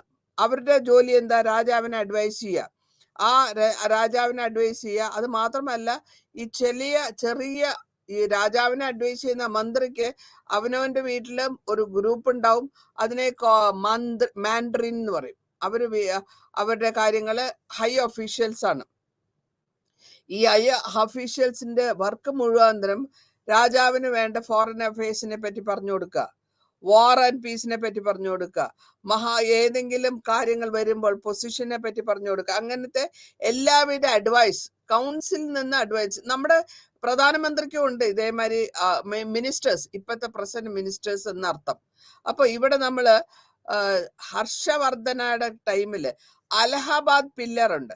അലഹബാദ് പില്ലറിൽ സമുദ്രഗുപ്ത ഇതിനെപ്പറ്റി വളരെ ക്ലിയർ ആയിട്ട് ഡിസ്കസ് ചെയ്ത് പോയിട്ടുണ്ട്. ഇനി കുമാരമാത്യാസ് എന്താന്ന് വെച്ചാൽ ഈ ഒഫീഷ്യൽസിന്റെ വേറൊരു പേരാണ് കുമാരമാത്യാസ്. കുമാരമാത്യാസിന്റെ വേരിയസ് ലെവൽ ഓഫ് വർക്ക് ഉണ്ട്. സന്ധി വിഹാര, മഹാരിക, ഇങ്ങനത്തെ എല്ലാ ഇവരൊക്കെ ഡയറക്റ്റായിട്ട് രാജാവിനോട് ഡീൽ ചെയ്യുന്നവരും. പിന്നെ അത് കൂടാണ്ട് പ്രിൻസ് മുഖാന്തരം, പ്രിൻസ് ഓഫ് വെയിൽസ്, ഇപ്പൊ ഇംഗ്ലണ്ടിലുണ്ടല്ലോ പ്രിൻസ് ഓഫ് വെയിൽസ്, രാജാവിന്റെ രാജായാലും രാജാവിന്റെ മകൻ പ്രിൻസ് ആണ്. ആ പ്രിൻസിന് ഒരു കാലഘട്ടം കൊടുക്കുന്നു, അങ്ങനെ പോകുന്നു. അതേ ഫോർമാറ്റാണ് ഇവിടെയും ഉണ്ടായിക്കൊണ്ടിരുന്നത്. പിന്നെ അടുത്തൊരു ഓഫീസർ ഉപകാരികാസ്. ഇവര് ഭക്തി അഡ്മിനിസ്ട്രേറ്റീവ് സെക്ഷൻ നോക്കുന്ന ആൾക്കാരായിരിക്കും. അയുത്തക്ക എന്ന് പറയുന്നവര് ബ്യൂറോക്രസി അനുസരിച്ച്, അവരുടെ ഓർഡർ അനുസരിച്ച് ഹയർ ലെവലിലുള്ളവരാണ്. വില്ലേജിനെക്കാട്ടിലും ഹയർ ലെവലിലാണ്. അങ്ങനെ വളരെ ഇമ്പോർട്ടൻ്റ് ആയിട്ടുള്ള ഇന്റർമീഡിയറ്ററി മാറ്റേഴ്സിലൊക്കെ അവര് തലയിടാനും ചെയ്യാം. അവർക്ക് ഇതിനെപ്പറ്റി രാജാവിനോട് അല്ലെങ്കിൽ ഇന്റർമീഡിയറ്ററി ആയിട്ട് സംസാരിക്കാം. രാജ്യത്തിൽ എന്ത് ചെയ്യണം, എങ്ങനെ ചെയ്യണം എന്നുള്ളതിനെ പറ്റി പരാമർശിച്ചു പോകുന്നത്. കാരണം ഈ കാലഘട്ടങ്ങളൊക്കെ ഒരുപാട് ഡീറ്റെയിൽസ് ആയിട്ട് നമ്മൾക്ക് പറഞ്ഞു പോകുന്നുണ്ട്. അപ്പോൾ രാജാവിന്റെ വർക്ക് എന്ന് പറയുന്നത് ഒരാളല്ല, പല ആൾക്കാരുടെയും തലയിലുള്ള വിവരങ്ങൾ ശേഷിച്ച് അവർ ഡിസ്കസ് ചെയ്ത് അവരുടെ കൂട്ടായ്മയിൽ കൂടിയാണ് രാജ്യം വളർത്തിക്കൊണ്ട് വന്നത് എന്നാണ് ഇത് ഈ പറഞ്ഞതിന്റെ അർത്ഥം. ഇനി ഭോഗിക എന്ന് പറയുന്നത് ഒരു പർട്ടിക്കുലർ ഒരു ഗ്രൂപ്പാണ്. അപ്പൊ ഈ ഗ്രൂപ്പിലും ഇത് തന്നെയാണ് അവർ പറഞ്ഞു വരുന്നത്. കാരണം ഈ റവന്യൂ കളക്ഷൻ എന്ന് പറയുമ്പോൾ റവന്യൂ ആദ്യ കാലഘട്ടങ്ങളിൽ ക്യാഷ് കോയിൻ, റോമൻ ടൈമിൽ ഇത് കോയിൻസ് വന്നുകൊണ്ടിരുന്നപ്പോൾ കുറച്ചു കാലം കോയിൻസ് യൂസ് ചെയ്തിരുന്നു. പിന്നെ റോമൻ രാജ്യം റോമൻസിന്റെ കാലഘട്ടം കഴിഞ്ഞ് കോയിൻസ് വരാണ്ടായപ്പോഴത്തേക്ക് ക്യാഷ് ആയിട്ട് കൊടുക്കാൻ പറ്റില്ല. ഇൻസ്റ്റെഡ് ഓഫ് ദാറ്റ് ക്യാഷിന് പകരമാണ് നമ്മൾ എന്താ ലാൻഡ് ആയിട്ട് കൊടുക്കുന്നത്, ഭോഗിക. ലാൻഡിൽ നിന്ന് ഈ അവർ കിട്ടുന്ന വരുമാനം, ആ വരുമാനം ഗവൺമെന്റിന് കൊടുക്കണം. അതാണ് റവന്യൂ, ഗവൺമെന്റിന് വരുന്ന റവന്യൂ. ആ റവന്യൂ 10% ഉണ്ടെങ്കിൽ 5% ഗവൺമെന്റ് കൊടുക്കണം എന്നുള്ളതല്ലേ. ലൈക്ക് അവർക്കും അവരുടെ ആവശ്യങ്ങളുണ്ട്. അപ്പൊ ഇവിടെ നമ്മൾ അസൈൻ ചെയ്തിട്ടുള്ള റവന്യൂ ഓരോ ഡിസിഗ്നേറ്റഡ് ഏരിയയില്, അതായത് സ്ഥലത്തിന്റെ ലാൻഡിന്റെ പ്രവൃത്തി അനുസരിച്ച് പാറയിൽ കൊണ്ടുപോയി കൃഷി ചെയ്യാൻ പറ്റില്ല, അപ്പൊ അവിടെ ടാക്സ് കുറവായിരിക്കും. അതേമാതിരി ഇതില് ഡെസേർട്ടിൽ കൃഷി ചെയ്യാൻ പറ്റില്ല. ലാൻഡ് അലോട്ട് ചെയ്ത് കൊടുത്തു, പക്ഷെ കൃഷി ചെയ്യാൻ പറ്റാത്തൊരു സിറ്റുവേഷൻ ആണെങ്കിൽ എന്തു ചെയ്യും? അപ്പൊ അതിന്റെ റവന്യൂവിന്റെ വേരിയേഷൻസ് കാണാൻ പറ്റും. ഇത് കൂടാണ്ട് ഹർഷചരിതയിലും ഇതേ മാറ്റേഴ്സിനെ പറ്റി വളരെ കംപ്ലൈന്റ്സ് വന്നാൽ അത് എങ്ങനെയാണ് ചെയ്യേണ്ടത്, ഏത് വിധത്തിലാണ്, രാജാവാണ് ഡിസിഷൻ എടുക്കുന്നത്. അപ്പൊ രാജാവ് ഡിസൈഡ് ചെയ്യും നിങ്ങൾ ഇനി ഇത് ചെയ്തു കൊണ്ട് പോണമോ ഇല്ലയോ. ഓക്കെ, അപ്പൊ ഭോഗിക എന്ന് പറയാം അതിന്. ഇനി ആർമി, ഈ ആർമിയിൽ നമ്മൾ എന്താ, ഇന്റേണൽ ആയിട്ടുള്ള ഒരു ആർമി ഉണ്ട്. നാട്ടിന്റെ അകത്ത് സമാധാനം വേണം, അപ്പൊ സിവിൽ ആർമി അല്ലെങ്കിൽ ലോക്കൽ ആയിട്ടുള്ള ആർമി വേണം. അതേമാതിരി പുറം രാജ്യക്കാരെ അറ്റാക്ക് ചെയ്താൽ അവരെ സ്റ്റാൻഡ് ചെയ്യാൻ റെഗുലർ ആർമി വേണം. ഈ റെഗുലർ ആർമിക്ക് ഹൈ മിലിറ്ററി ലെവലുള്ള ആർഗ്യുമെന്റ് വേണം. ഇവരൊക്കെ എങ്ങനെ ഞങ്ങൾ കൺട്രോൾ ചെയ്യും? കാരണം അവർക്ക് ഡെയിലി പ്രാക്ടീസ് കൊടുക്കണം, ഡെയിലി എക്സസൈസ് കൊടുക്കണം. അതേമാതിരി തന്നെ ആർമിയിൽ തന്നെ പല വിധമുണ്ട്. കാലാൽപ്പട, കുതിരപ്പട, ആനപ്പട. ആ കാലഘട്ടമാണ്, അന്നൊന്നും ഗൺസ് ഇല്ല. അപ്പോൾ ഇവരെയൊക്കെ സ്റ്റാൻഡിങ് ആർമിക്ക് ഡെയിലി പ്രാക്ടീസ് കൊടുക്കണം, അവരുടെ ഫുഡ് നോക്കണം, അവരുടെ ക്ലോത്ത്സ് യൂണിഫോംസ് നോക്കണം, അവരുടെ ആയുധങ്ങൾ നോക്കണം. ഇതൊക്കെ ഗവൺമെന്റ് ആണ് കൊടുക്കേണ്ടത്, രാജാവാണ് കൊടുക്കേണ്ടത്. അപ്പൊ ഇതിനു വേണ്ടിയിട്ടുള്ള ആവശ്യങ്ങൾക്കാണ് ഇവർ ടാക്സ് കളക്ട് ചെയ്യുന്നതും അതിനെ കൺവേർട്ട് ചെയ്യുന്നതും, ഇങ്ങനെ ലാൻഡിനെ കൺവേർട്ട് ചെയ്യുന്നതും. ആർമിയുടെ മെയിൻ്റെനൻസ് മുഴുവനും രാജാവും അവരാണ് നോക്കിക്കൊണ്ടിരുന്നത്. ഇത് കൂടാണ്ട് ഒരു ഘട്ടം മെറൈൻ ആർമി ഉണ്ട്, അതായത് കപ്പലോട്ടികൾ. അപ്പൊ നമ്മൾ തമിഴ് പറഞ്ഞ കപ്പലോട്ടിയ തേവൻ എന്ന് പറഞ്ഞിട്ട്. അപ്പൊ ഇത് വേണം. ഇത് കൂടാണ്ട് ചാരിയറ്റ്സ് വേണം, ചാരിയറ്റ്സിന്റെ റിപ്പയർ വേണം, റിപ്പയറും റീപ്ലേസ്മെന്റ് വേണം. എല്ലാ ആർമിയും ഈ സാമന്ത എന്ന് പറയുന്നത് ഫ്യൂഡേറ്ററി ചീഫിനെയാണ് സാമന്ത എന്ന് പറയുന്നത്, അവരുടെ കയ്യിൽ നിന്ന് എടുത്താണ് ഉപയോഗിച്ചിരുന്നത്. ഇനി അഡ്മിനിസ്ട്രേറ്റീവ് ഡിവിഷൻസിൽ നോക്കുമ്പോൾ ഹയസ്റ്റ് പോയിന്റ് നോക്കുന്നതാണ് ഭുക്തി. അത് കഴിഞ്ഞിട്ട് ഈ ഇങ്ങേരുടെ താഴെ വേറെ കുറെ ഹയർ ഒഫീഷ്യൽസ് ഉണ്ട്, ഉപരിക്ക. അവര് ഈ ഭുക്തിനെ സഹായിക്കും.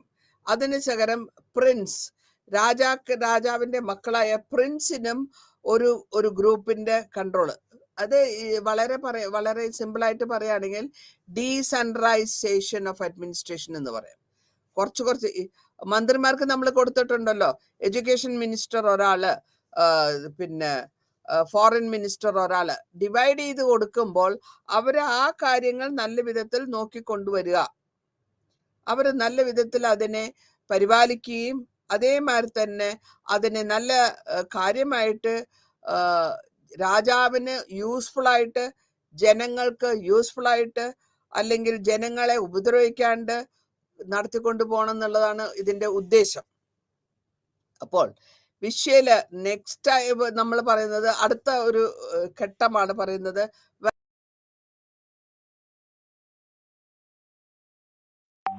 യൂണിറ്റ് എന്ന് പറയുമ്പോൾ ഗ്രാമം. ഈ ഗ്രാമത്തിൽ എന്തൊക്കെ വ്യവസായം നടക്കുന്നു, എങ്ങനെ വരുന്നു, ആരൊക്കെയാണ് ഇത് ചെയ്യുന്നത്, ഇതൊക്കെ ഒരു റെക്കോർഡ് വേണമല്ലോ. റെക്കോർഡ് മാത്രം വെച്ചാൽ പോരാ, അവർക്ക് റെക്കോർഡിന് ചെയ്യാനും മെയിൻറ്റെയിൻസ് ചെയ്യാനും അങ്ങനെയൊക്കെ വരുമ്പോഴത്തേക്കും ഇവർക്ക് ഒരു സ്ഥാനം വേണം. ആ സ്ഥാനമാണ് രാഷ്ട്ര എന്ന് പറയുന്നത്. ഈ സ്ഥാനമാനങ്ങൾ ഇല്ലാണ്ടിരിക്കുമ്പോൾ ആൾക്കാർക്ക് ജോലി ചെയ്യാൻ താല്പര്യം കുറയും. അപ്പോ ഇതേമാതിരി തന്നെ വൈശ്യാസിനെ ഡിവൈഡ് ചെയ്തിട്ടുണ്ട്. അവരുടെ ഡിവിഷൻ എങ്ങനെയാന്ന് വെച്ചാല് ഓരോ വില്ലേജ്, അതിന്റെ മേലെ വേറൊരു വില്ലേജ്, അങ്ങനെ വരുന്ന പല വിധത്തിലുള്ള വില്ലേജുകളാണ് വന്നുകൊണ്ടിരിക്കുന്നത്. അപ്പൊ ഈ ഒഫീഷ്യൽസിന് നമ്മൾ സാധാരണമായിട്ട് ആ ആ ആ ഏരിയയിലുള്ള ആൾക്കാരെ വെക്കുമ്പോൾ അവർക്ക് ലോക്കലായിട്ട് ഒരു പവർ ഉണ്ടാവും, പവർഫുൾ ആയിട്ടുണ്ടാവും. കാരണം അവരെ നമ്മൾ വിശ്വപതീസ് എന്ന് വിളിക്കുന്നു. കാരണം എൻ്റെ കൺട്രോൾ ഇപ്പൊ നമുക്ക് ഫോർ എക്സാമ്പിൾ ഞാൻ പറഞ്ഞുതരാം. നമ്മുടെ മേയർ എന്ന് പറയുന്നത് എറണാകുളം കോർപ്പറേഷൻ മേയർ. അപ്പം ആ പദത്തിൽ ഇരിക്കുമ്പോൾ, ആ അഡ്മിനിസ്ട്രേഷൻ പൊസിഷനിൽ ഇരിക്കുമ്പോൾ നിങ്ങൾ അതിനെ ശരിയായിട്ട് നോക്കേണ്ടത് നിങ്ങളുടെ ധർമ്മമാണ്. അപ്പോ അതിന്റെ കാര്യങ്ങൾ എന്ത് വന്നാലും മേയർ രാജിവെക്കണം എന്ന് ആൾക്കാർ പറയുന്നത് അതുകൊണ്ടാണ്. കാരണം സോൾ റെസ്പോൺസിബിലിറ്റി ആണ് ആ മേയർക്ക്. കോർപ്പറേഷനെ സംബന്ധിച്ചിടത്തോളം മഴക്കാലം വന്നു, സോൾ റെസ്പോൺസിബിലിറ്റി ആയി വരുന്നു. ഓക്കെ, ഇതേമാതിരി തന്നെ വില്ലേജിലാണെങ്കിലോ ഹെഡ്മാൻ ആണ്. അതായത് ആ വില്ലേജിന്റെ തലവൻ, അല്ലെങ്കിൽ വില്ലേജിലുള്ള പഞ്ചായത്താണെങ്കിൽ പഞ്ചായത്ത്, ഇപ്പൊ നമുക്ക് വില്ലേജിനെ നമുക്ക് പഞ്ചായത്ത് എന്ന് വേണമെങ്കിൽ വിളിക്കുകയും ചെയ്യാം. അപ്പോൾ ആ തലവനാണ് ആ സ്ഥലത്തെ വില്ലേജ് ഹെഡ്മാൻ. തമിഴ്നാട്ടിൽ അതിനെ പറയുന്നത് പഞ്ചായത്ത് എന്ന്. പഞ്ചായത്ത് എന്ന് പറയുമ്പോൾ ഇവിടെ എന്താ വെച്ചാൽ ഈ കൗൺസിൽ, കുഞ്ഞു കൗൺസിലുണ്ട്, ആ കൗൺസിലിന്റെ പേരാണ് പഞ്ചായത്ത്. അതിൽ 5 വില്ലേജ്, ആ വില്ലേജിലെ അല്ലെങ്കിൽ ആ ഗ്രാമത്തിലെ 5 തലവന്മാരുണ്ടാവും. ലോക്കൽ അഫയേഴ്സ് മുഴുവൻ അവരാ ചെയ്യുന്നത്. അപ്പൊ ഈ 5 പേരും, അതുകൊണ്ടാണ് പഞ്ച് എന്ന് പറയുന്നത്, പഞ്ചായത്ത് എന്ന്. എന്തെങ്കിലും പ്രശ്നം ആ വില്ലേജിൽ ഉണ്ടായാൽ, ഭർത്താവ് ഭാര്യനെ അടിക്കുന്നു, സിമ്പിൾ ആയിട്ടുള്ള ഡൊമസ്റ്റിക് വയലൻസ് തുടങ്ങി സ്ഥലം കിട്ടാത്തൊരു പ്രശ്നം വന്നു കഴിഞ്ഞാലും, തമിഴ്നാട്ടിൽ, ഞാൻ തമിഴത്തെയാണ്, എനിക്ക് അറിയാവുന്നതുകൊണ്ടാണ് പറയുന്നത്, അവിടെ ഈ പഞ്ചായത്ത് കൂടും. പഞ്ചായത്ത് ഒരു മരത്തിന്റെ അടിയിൽ 5 പേര് ഇരിക്കും, ബാക്കിയുള്ള അവിടെ പഞ്ചായത്തിലെ മെമ്പേഴ്സൊക്കെ താഴെ ഇരിക്കും. തെറ്റ് ചെയ്തവരും തെറ്റ് ചെയ്യപ്പെടാൻ ചാൻസ് വന്നവരെയൊക്കെ വെച്ച് അവിടെയാണ് ജഡ്ജിമെന്റ്, വിചാരണ നടക്കുക. ഓപ്പൺ വിചാരണ. ഓപ്പൺ വിചാരണയില് നമ്മുടെ നാട്ടിൽ ഒരു സിസ്റ്റം ഞാൻ കണ്ടിട്ടുണ്ട്. ഓപ്പൺ വിചാരണയിൽ എല്ലാവരും കൂടെ ഒരു ഡിസിഷൻ എടുക്കും. പഞ്ചായത്ത് ഡിസ്കസ് ചെയ്ത് ഡിസിഷൻ എടുത്തു കഴിഞ്ഞാൽ ആ ഡിസിഷനെ അവര് എല്ലാ മെമ്പേഴ്സും, ആ വില്ലേജിലുള്ള എല്ലാ മെമ്പേഴ്സും അണുവിട വ്യത്യാസം ഇല്ലാണ്ട് അവര് അതിനനുസരിക്കും. ചില സമയത്ത്, ചില പഴയ കാലഘട്ടങ്ങളിലാണ് പഞ്ചായത്തിൽ സ്ഥലത്ത് നിന്ന്, ആ ഏരിയയിൽ നിന്ന് പുറത്താക്കുക, ബഹിഷ്കരിക്കുക. അവർക്ക് വില്ലേജിലേക്ക് വരാൻ പാടില്ല, വില്ലേജിൽ നിന്ന് സാധനങ്ങൾ മേടിക്കാൻ പാടില്ല, വില്ലേജിൽ നിന്ന് വെള്ളം എടുക്കാൻ പാടില്ല, കുടത്തിൽ നിന്ന് എടുക്കാൻ, അങ്ങനത്തെ ക്രൂവലായിട്ടുള്ള പണിഷ്മെന്റ് ഉണ്ട്. അപ്പോൾ ആരും അവരെ വിസിറ്റ് ചെയ്യാൻ പാടില്ല, ഇവരാരും വിസിറ്റ് ചെയ്യാൻ പാടില്ല, അങ്ങനത്തെ. പിന്നെ വേറൊരു പണിഷ്മെന്റ് ഞാൻ കണ്ടിട്ടുള്ളത്, തലമുടി മൊട്ടയടിക്കും, ചുട്ടികുത്തും. എന്നിട്ട് പിന്നെ ഒരു കഴുതേനെ നിർത്തിയിട്ട് കഴുതേനെ തിരിച്ചിരുത്തിയിട്ട് ഗ്രാമത്തിന് ചുറ്റും കൊണ്ട്, അപ്പൊ അങ്ങനെ അവർക്ക് പവർ കിട്ടുന്നു എന്നുള്ളതാണ് ഞാൻ ഉദ്ദേശിച്ചതിന്റെ അർത്ഥം. ഇത് കൂടാണ്ട് സിറ്റിയിലും ടൗണിലും, അർബൻ സിറ്റിയിലും നമ്മൾ ഗിൽഡ് ഫോം ചെയ്യുന്നു. ഗിൽഡ് എന്ന് വെച്ചാൽ നമ്മളുടെ സ്ത്രീകളുടെ കൂട്ടായ്മയായ ഇത്. അതേമാതിരി തന്നെ മർച്ചന്റ് ഗിൽഡ്. ഏത് തുണി, കാഞ്ചീപുരത്തുള്ളത് സിൽക്ക് ഗിൽഡാണ്. അവരുടെ പ്രശ്നങ്ങൾ അവർ സോൾവ് ചെയ്യണം, അതാണ് അവരുടെ ഉദ്ദേശം. അപ്പൊ അവർ കൂട്ടായ്മയായിട്ട് ഇരുന്നാൽ മാത്രമേ അവരുടെ കാര്യങ്ങൾ എടുത്തു പറയാനും അവരുടെ പ്രശ്നങ്ങളെ പറ്റി പഞ്ചായത്തിന്റെ മുമ്പിൽ കൊണ്ടുവരാനും, അല്ലെങ്കിൽ അർബൻ സെറ്റിൽമെന്റ് ആയ മേലധികാരികളെ അറിയിക്കാനും പറ്റുള്ളൂ. ഇനി സാമന്ത എന്ന് പറയുമ്പോൾ പകുതി ലോക്കൽ ചീഫ്മാരുള്ള ഒരാൾക്കാരാണ് സാമന്ത എന്ന് പറയാം. സാമന്ത രാജാവ് എന്ന് വേണമെങ്കിൽ പറയാം. രാജാവല്ല ആക്ച്വലി, ബട്ട് രാജാവിനെ മാതിരി ഉള്ള ലോക്കൽ ചീഫിനെയാണ് സാമന്ത എന്ന് പറയാം. അവർക്കും അതേമാതിരി ഇമ്പോർട്ടൻസ് കൊടുക്കുന്നുണ്ട്. ഈ ഇമ്പോർട്ടൻസ് ഫ്രിഞ്ചസ്, ഇത് ഗുപ്തൻ കാലഘട്ടത്തിൽ ഉണ്ടായിരുന്ന കാര്യങ്ങളാണ് നമ്മൾ ഈ പറയുന്നത്. ഇവരും സാമന്തയും രാജാവിന്റെ സബോർഡിനേറ്റ് ആണ്. അവര് സാമന്ത അതേമാതിരി തന്നെ കിങ്ങിന്റെ അതേ ഈക്വൽ എമൗണ്ട് അവനവന്റെ സ്ഥലത്ത്. അപ്പോ ഈ ഫ്യൂഡൽ ലോർഡ്സിന്റെ പവർ അവരുടെ റീജിയനിലുള്ളിലാണ്. പിന്നെ ചില സാമന്തന്മാരെ അല്ലെങ്കിൽ സാമന്ത ഒഫീഷ്യൽസിനെ അവരുടെ മക്കളെ, പെൺകുട്ടികളെ രാജാവിന് കല്യാണം കഴിച്ചു കൊടുക്കുമ്പോൾ അവര് പിന്നെ സംബന്ധിയായി. അതിന്റെ തമിഴിൽ പറയുന്നവര് സമ്പന്തി എന്ന് വെച്ചാൽ സംബന്ധം കൊണ്ടവൻ, സംബന്ധി. ഓക്കെ, എൻ്റെ ഡോട്ടറിലോ സണ്ണിലോ അല്ലെങ്കിൽ നിങ്ങളുടെ മകൾ എൻ്റെ സണ്ണിനെ മാരേജ് ചെയ്യുമ്പോൾ വി ബിക്കം സംബന്ധി. ഇതേമാതിരി ഓരോ രാജാവിനെയും അവരെ കാണാൻ പോകുമ്പോഴും അവരുടെ സ്ഥലത്തുണ്ടായ സ്ഥാനങ്ങൾ കാഴ്ചവസ്തുവായിട്ട് കൊണ്ടുപോവുക, രാജാവിനെ കോടതിയിൽ അവരുടെ കോർട്ടിൽ പോയി കാണുക, അങ്ങനത്തെ കാര്യങ്ങളൊക്കെ ചെയ്യുന്നുണ്ട്. അതാണ് ഈ സാമന്തയുടെ വർക്ക്. റിലേഷൻഷിപ്പ് മെയിൻറ്റെയിൻ ചെയ്യുക, ഒരാവശ്യം വരുമ്പോൾ പരസ്പരം രാജാവിനും സാമന്തയ്ക്കും സഹായ സഹകരണങ്ങൾ കൊടുത്ത് ഹെൽപ്പ് ചെയ്യണം, ഒബ്ലൈജ് ചെയ്യണം. ആവശ്യം വന്നാൽ രാജാവിന് ആർമിയുടെ ആവശ്യം വന്നാൽ ഇറങ്ങി ഫൈറ്റ് ചെയ്യുക. നമ്മുടെ മഹായുദ്ധത്തിൽ കാണുന്നുണ്ട് സാമന്ത രാജാക്കന്മാര് രാജാവിന് വേണ്ടി വന്ന് ഫൈറ്റ് ചെയ്യുന്നതും. നമ്മുടെ മഹാഭാരത യുദ്ധം നിങ്ങൾ കണ്ടിട്ടുണ്ടെങ്കിൽ അതിൽ കൂടെ മനസ്സിലാവും, അല്ലെങ്കിൽ വായിച്ചിട്ടുണ്ടെങ്കിൽ അതിൽ കൂടെ മനസ്സിലാവും. ഇനി അടുത്തായിട്ടെന്ന് പഞ്ചമസഭ. ഇതാണ് ഞാൻ നേരത്തെ പറഞ്ഞത്, പഞ്ചമസഭ. ഇവിടെ എന്ന് വെച്ചാല് സെൻട്രലൈസ്ഡ് പ്രീസ്റ്റിന് ലാൻഡ് കൊടുക്കുന്നു. നമുക്ക് ലാൻഡ് കൊടുക്കുമ്പോൾ അതിനെ ഒഫീഷ്യലായിട്ട് മെയിൻറ്റെയിൻ ചെയ്തോളാൻ പറയും. ഇതില് രാജാവിന് ടാക്സ് ചെയ്യാൻ ആൾക്കാര്, കിങ് എല്ലാം ഫുൾ ടാക്സ് കൊടുക്കുന്നത്.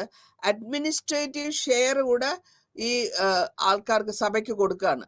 അവരാണ് ഡിസൈഡ് ചെയ്യുന്നത് എത്രത്തോളം ടാക്സിങ് ചെയ്യണം, എങ്ങനെയാണ് പണിഷ്മെന്റ് കൊടുക്കേണ്ടത്.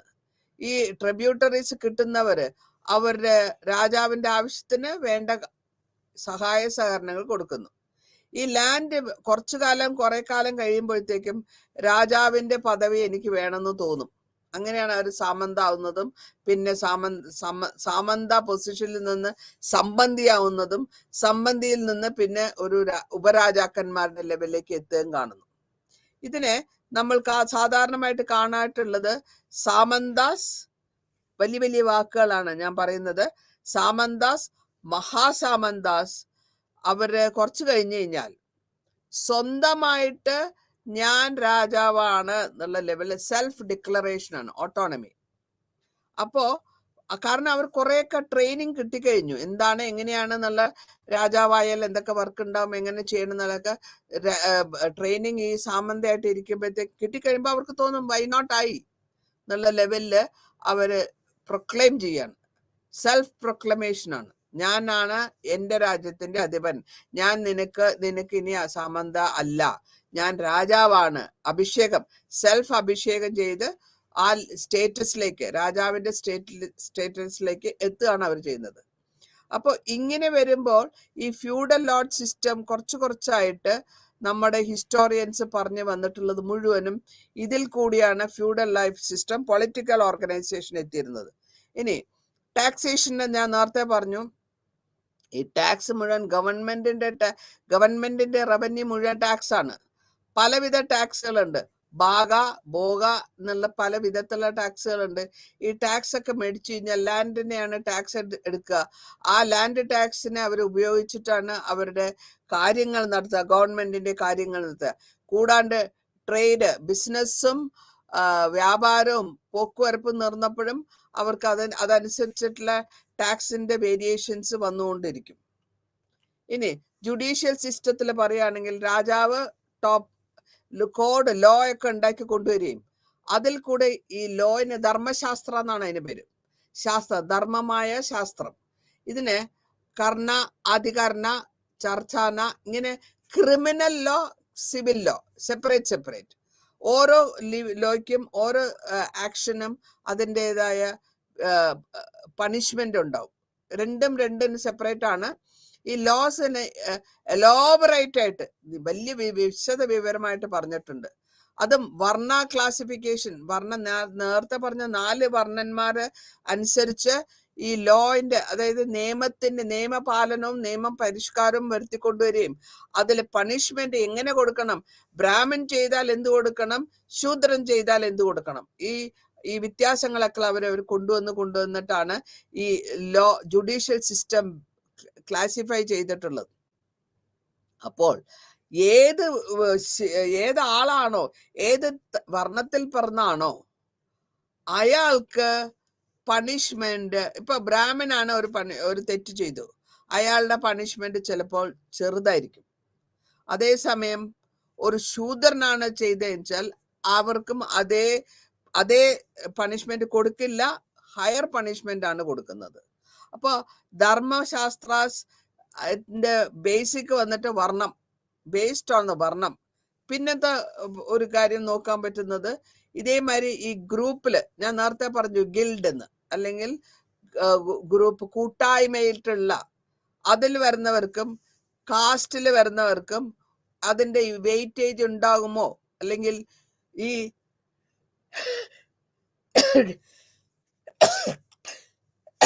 എക്സ്ക്യൂസ് മീ, ഈ കിട്ടുന്ന ന്യായത്തിൽ അവരുടെ വ്യത്യാസങ്ങൾ വരുന്നതായിട്ട് നമ്മൾ കാണുന്നുണ്ട്.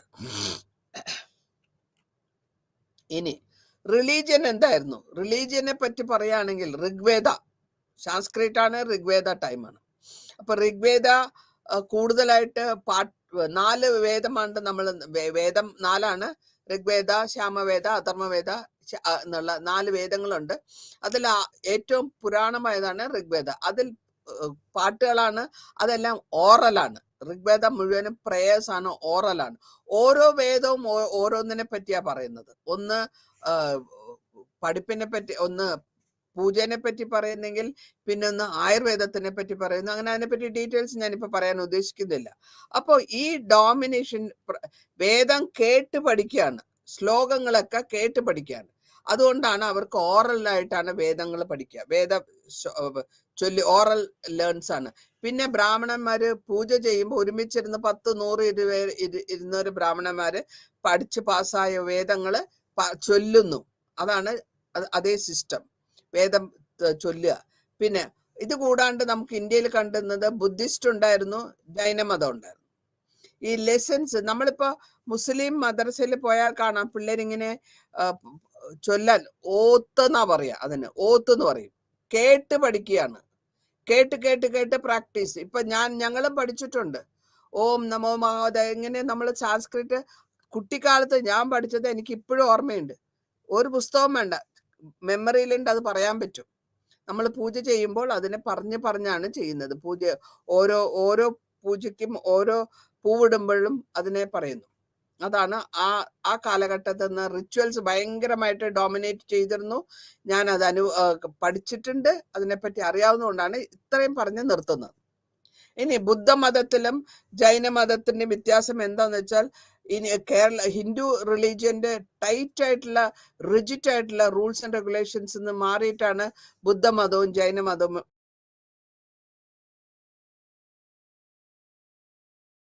അല്ലെങ്കിൽ സാൻസ്ക്രിറ്റ് വേണമെന്ന് പറഞ്ഞില്ല, വളരെ മോഡിഫൈഡ് ആയിട്ടുള്ള ഒരു ബുദ്ധന്റെ റൂൾസ് ആൻഡ് റെഗുലേഷൻസ്, അത് ആൾക്കാരെ കൂടുതൽ, അതേമാതിരി മഹാവീരന്റെ ജൈനമതത്തിലും ആൾക്കാരെ കൂടുതൽ വരുത്തിക്കുകയും അതുകൊണ്ട് കൂടുതലായിട്ട് അവർക്ക് പോപ്പുലാരിറ്റി കിട്ടുകയും പെട്ടെന്ന് അത് പോപ്പുലർ ആവുകയും ചെയ്തു. അപ്പൊ ബുദ്ധിസത്തിന്റെ മാക്സിമം വരുന്നത് ഗുപ്ത പീരീഡിലാണ്, പോസ്റ്റ് ഗുപ്ത പീരീഡിലാണ്. എല്ലാ കൺട്രിയിലും, ഇന്ത്യയിൽ ജനിച്ച മാത്രമല്ല, നെയ്ബറിങ് കൺട്രികളല്ല, നേപ്പാള്, ശ്രീലങ്ക, എല്ലാ രാജ്യത്തും ഈ ബുദ്ധമതം സ്പ്രെഡ് ചെയ്യുകയും ചെയ്തു. കാരണം അതിന്റെ സിംപ്ലിസിറ്റി, അതിന്റെ റൂൾസ് ആൻഡ് റെഗുലേഷൻസ് വളരെ ഫ്ലെക്സിബിൾ ആണ്. ഹിന്ദുയിസം മാതിരി ബ്രാഹ്മിൻ റൂൾസ്, ബ്രാഹ്മണിസം മാതിരി അല്ല. അതുകൊണ്ട് അത് പെട്ടെന്ന് വളർന്നു. ഇനി പല വിധത്തിലുള്ള സെറ്റ്സ് ഉണ്ടായി. ഈ കാലഘട്ടത്തിൽ ഹിറോഡോക്സസ് സെറ്റ്സ് ഉണ്ടാകുന്നത് ഇമ്പോർട്ടൻ്റ് ആയിട്ടുള്ള ഡിവോട്ടി വരുമ്പോഴത്തേക്കും അവരുടെ ഭക്തി മൂവ്മെന്റ് എന്ന് പറയാം. അത് ഭക്തി വന്നിട്ട് മൂവ്മെന്റ്, ഭക്തിയിൽ കൂടെ ദൈവത്തിനെ കാണുക. വൈഷ്ണവേശം വിഷ്ണുവിനെ ആരാധിക്കുന്നവർ, ശൈവേശം ശിവനെ ആരാധിക്കുന്നവർ. നമ്മുടെ ഉഗ്രൻ പിക്ചേഴ്സ് ഒക്കെ ഉണ്ട്, ഇതിനെ പറ്റിയൊക്കെ ആയിട്ടുള്ള സിനിമകളുണ്ട്, നിങ്ങൾക്കത് കണ്ടു. എന്നിട്ട് ഈ കൂട്ടക്കാര്, 2 മതവിശ്വാസികൾ, 2 ഡിവോട്ടീനെ വിശ്വസിക്കുന്നവർ, തീർത്ഥങ്കരാസ് എന്ന് പറയുന്നു ജൈൻസില്, ബോധിസത്വ എന്ന് പറയുന്നു ബുദ്ധിസത്തില്, ഹിന്ദുയിസത്തില് ആൽവാസ് അല്ലെങ്കിൽ നായനാർ, അങ്ങനെ പറഞ്ഞു പോകുന്നു. ഇത് കൂടാണ്ട് ഫീമെയിൽ ഡെയിറ്റീസും ഉണ്ട്. ശക്തി രൂപത്തിലും കാളി, മഹാകാളി, കൊടുങ്ങല്ലൂർ അമ്മ എന്നുള്ള ഇതൊക്കെ നടക്കുന്നത് ഈ കാലഘട്ടത്തിലാണ്. ഇനി ഇവിടെ എന്തുകൊണ്ട് ഇത് കുറഞ്ഞു വന്നു എന്ന് തോന്നുകയാണെങ്കിൽ, ഹിന്ദുയിസത്തില് അല്ലെങ്കിൽ ബ്രാഹ്മണിസത്തില് ഒരു ഹോമോജിനിറ്റി ഉണ്ടായിരുന്നു. അതായത് ശിവന്റെ തന്നെ പല വിധത്തിലുള്ള രൂപങ്ങള്, അതേമാതിരി പല വിധത്തിലുള്ള ഡോമിനൻസ് ഓഫ് ദ ബ്രാഹ്മണാസ്, ഇതൊക്കെ സെന്റർ ചെയ്ത് മഠങ്ങൾ ഉണ്ടാക്കി. മഠങ്ങൾ സപ്പോർട്ട് ചെയ്യുന്നത് റോയൽ ഫാമിലീസ് ആണ്, ശങ്കരാചാര്യരുടെ മഠം. അങ്ങനെ വരുമ്പോഴത്തേക്കും ഈ മഠങ്ങളും അഗ്രഹാരങ്ങളും ബ്രാഹ്മിൻസിന് താമസിക്കാനുള്ള പ്രത്യേക സ്ഥലം കൊടുക്കുക, ആ സെറ്റപ്പിന് വേണ്ട സഹായമൊക്കെ രാജാവ് ചെയ്യുക. അതാണ് അഗ്രഹാരം എന്ന് പറയുന്നത്, ആ സെറ്റപ്പിനെയാണ്. ഇനി ടെമ്പിളും അതേമാതിരി ആൾക്കാരെ പഠിപ്പിക്കാനും പഠിച്ച കാര്യങ്ങളും ഒക്കെ പറയാനും ചെയ്യുന്നു, ഒരു സ്ഥലമായി മാറുകയാണ്. ഇനി ഇവിടെ മൂന്നെണ്ണം മെയിൻ ആയിട്ട് പറയുന്നത് ബ്രാഹ്മിൻസിന്റെ ടൈമില് മൂവ്മെന്റ്സ്, ശൈവേശം, പോയറ്റ്സ് ഉണ്ടായിരുന്നു. തന്ത്രിക് വർഷിപ്പ്, തന്ത്രപരമായ വർഷിപ്പ്. രണ്ടാമത് ശൈവേശം. അതേമാതിരി തന്നെ ആര്യാസ് റിലീജിയസ് ഒക്കെ സ്പ്രെഡ് ചെയ്ത് അവർക്ക് സഹായ സഹകരണങ്ങൾ കിട്ടിയിരുന്നത് രാജാവിൽ നിന്നാണ്. ഇനി ഭക്തി മൂവ്മെന്റ് എന്ന് പറഞ്ഞാൽ ഭക്തിയിൽ കൂടെ നമ്മൾ എല്ലാം കണ്ടുപിടിക്കുക, അല്ലെങ്കിൽ നിർവ്വാണം കിട്ടുക എന്നുള്ളതാണ്, വാസുദേവനും സ്കന്ദനും ഒക്കെ ആയിട്ട്. ഇനി ഇത് ഭക്തി കൾട്ട് ഇവിടെ മാത്രമല്ല, ഹിന്ദുയിസത്തിൽ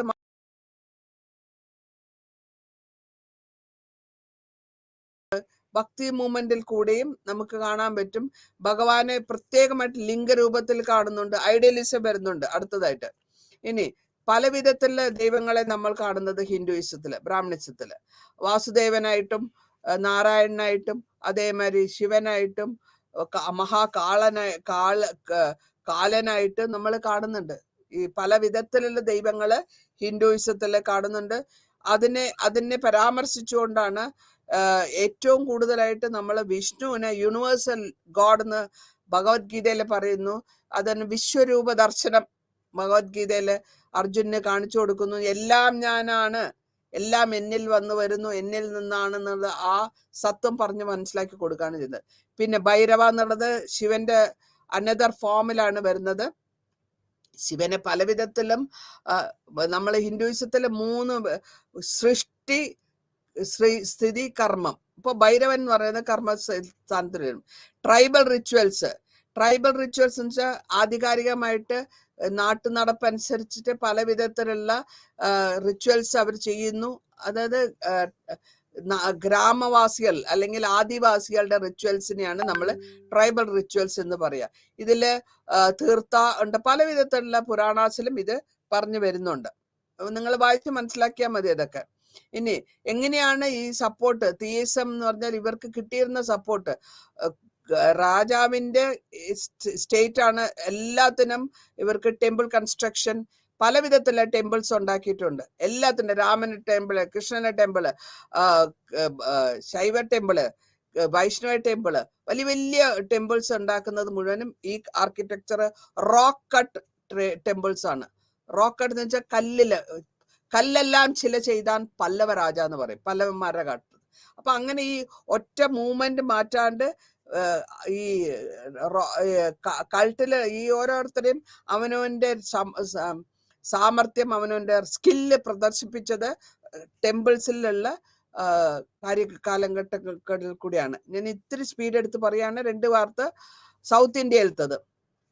മഹാപുരം, കാഞ്ചീപുരം, മധുരൈ, പല്ലവ ടൈമിലാണ് കൂടുതലായിട്ടുള്ള ടെമ്പിൾസ് ഇവിടെ ഉണ്ടായത്. ഈ ഭക്തി കൾട്ട് മൂവ്മെന്റിലാണ്. ഭക്തി മൂവ്മെന്റ് സൗത്ത് ഇന്ത്യയിൽ പറയുമ്പോഴത്തേക്കും സെയിം തന്നെയാണ്. വൈഷ്ണവാസ് ആൻഡ് ആൽവാസ് ആണ് മാക്സിമം പാട്ടുപാടിയും അതുവഴിയൊക്കെയാണ് അവർ പോയിക്കൊണ്ടിരുന്നത്. നായനാസ്, വൈഷ്ണവാസ് ആൻഡ് ആൽവാസ്, ഇവരൊക്കെ വലിയ പല വിധത്തിൽ പാട്ടുപാടിയും ഡാൻസ് ആടിയും ഡിബേറ്റ് ചെയ്തും സംസ്കാരങ്ങൾ അവർ പരസ്പരം കോമ്പറ്റീഷൻസ് നടത്തിയും അത് സ്പ്രെഡ് ചെയ്തു. Reasons popularity, simplicity. അതേമാതിരി അവരുടെ ആക്ടിവിറ്റീസ്, കൂടുതലായിട്ടുള്ള ആക്ടിവിറ്റീസ് ആണ് റീസൺസ് പോപ്പുലാരിറ്റി. അത് പ്രൊട്ടസ്റ്റ് എങ്ങനെ വന്നു വെച്ചാൽ നായാസ് ആൻഡ് കൽവിക അമ്മമാരെ ദേവി സ്ഥാനത്തിലേക്ക് കൊണ്ടുവരിക. അപ്പൊ അങ്ങനെ വന്നിട്ടാണ് അവരുടെ പ്രൊട്ടസ്റ്റ് അവര് എക്സ്പ്ലെയിൻ ചെയ്തത്. മൊണാർക്കീസും ഇതേമാതിരി തന്നെ ചോള, ചേര, പാണ്ഡ്യന്മാരുടെ സഹായ സഹകരണങ്ങളോടെയാണ് ഈ ടെമ്പിൾസ് എല്ലാം കൺസോളിഡേറ്റ് ചെയ്തിരുന്നത്. ആർക്കിടെക്റ്റില് പറയുകയാണെങ്കിൽ, പ്രത്യേകമായിട്ട് പറയുകയാണെങ്കിൽ റോക്ക് ടെമ്പിൾസ് ആണ്. തന്ത്രി മുഖാന്തരം ശൈവേശത്തിലും ഉണ്ട്. തന്ത്രികള് പൂജയ്ക്ക് ചെയ്യുന്നതിനാണ് തന്ത്രി എന്ന് പറയാം. പിന്നെ വിമണിനും സ്ത്രീകൾക്കും ട്രൈബൽ ബെഡ്സിൽ കുറച്ച് തന്ത്രീസം കിട്ടിയിട്ടുണ്ട്. അവര് പൂജകൾ ചെയ്യുന്നുണ്ട് സ്ത്രീകള്. അതേമാതിരി തന്നെ മദർ ഗോഡസിനെ സെർവ് ചെയ്യാനും നമ്മൾ കണ്ടുപിടിച്ചിട്ടുണ്ട്. അപ്പോ ശക്തി എന്നുള്ളതിന് സ്ത്രീ രൂപത്തിലുള്ള ശക്തി എന്നുള്ളതിനെയും യക്ഷി, ഗൗഡ, ഇതിൽ പല വിധത്തിലുള്ള മദർ ചണ്ടാലാസ്, മദർ സ്റ്റേറ്റിൽ വെച്ചും നമ്മൾ ഹിന്ദുയിസത്തിൽ ഇന്നുണ്ട്. ഐഡിയൽ വർഷിപ്പ്, ലിംഗ വർഷിപ്പിക്കുക, ഭൂമി ഇത് വയ്ക്കുക. നന്ദി, നമസ്കാരം.